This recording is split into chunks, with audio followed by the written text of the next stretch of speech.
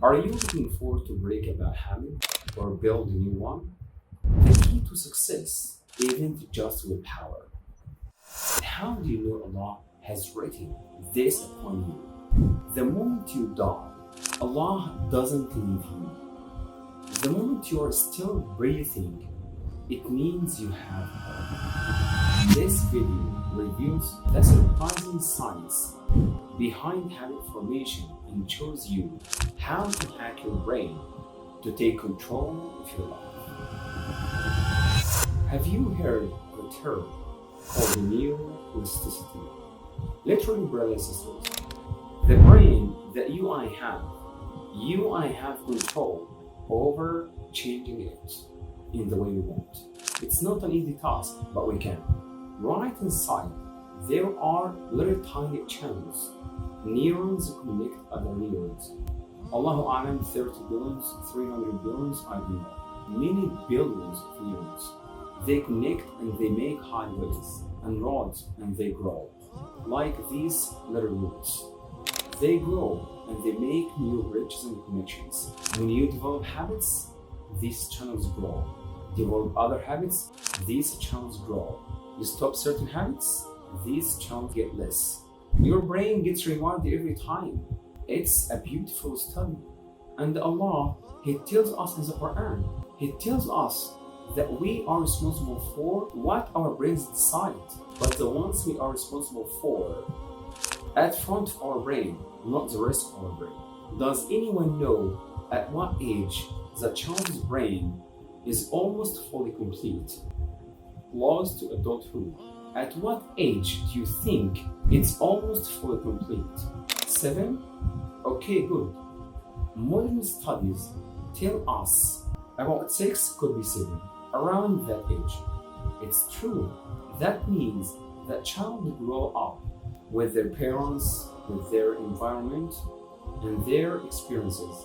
There are those channels in the brain have already been set at 6 or 7 years old. After that, the brain starts developing in a different way. And when you reach puberty, guess what starts to develop in your brain?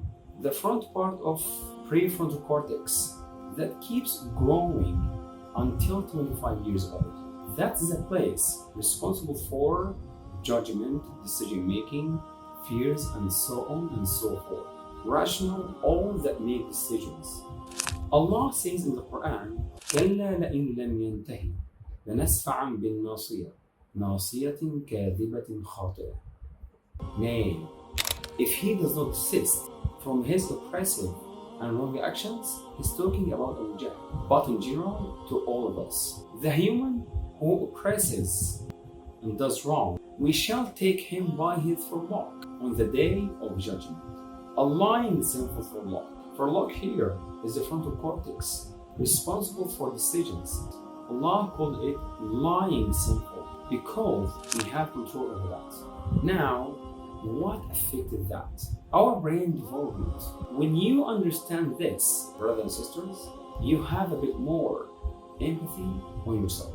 You say to yourself, SubhanAllah, my upbringing was a little bit like this and like that. Can I change it? Yes, inshallah you can. Ibn al-Qayyim rahmatullah alayhi, he writes in his book, I think it's Madarij Salikin, he mentions how habits develop, good and bad habits.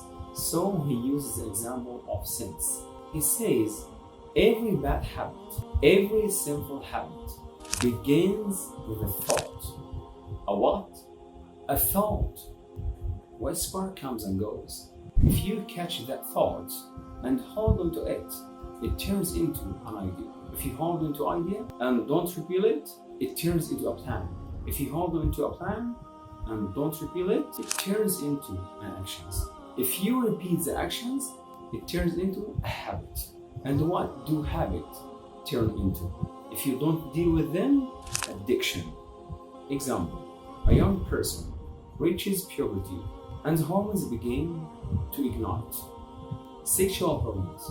A friend at school says, to satisfy your desire, he goes and thinks, my parents watch me everywhere. They have got this. How am I going to do it? Now I have got a thought. A thought, I want to lock. How am I going to do it? I'll get an idea. The idea is use some kind of software or some way. Ask my friends. Now, then a plan. I'll choose the right time. This is where I'm going to look. Then the action happens. They didn't get caught. So they remember the pleasure. Next time, again and again and again. Then it comes habit. Then it comes an addiction. How to reverse that? Number one, you need willpower. You need to make the decision. Make wudu, pray to rak'ahs, and say, Oh Allah, I have made the decision in my life to work on myself. Assist me and help me with your support. So you got to make the decision. Then move forward. Don't worry, Allah will accept you. I know the first time it's very hard, but as you go forward, inshallah you can. Sometimes you need support. Sometimes you need to talk to a friend, and you can reverse it. It's not easy, but you can. And the rewiring in your brain, and that's how you find the willpower afterwards. One brother, he said to me, I want to pray at the masjid. I said, it's a big task. I said to him, start with a thought, then get an idea, then plan it, then do it.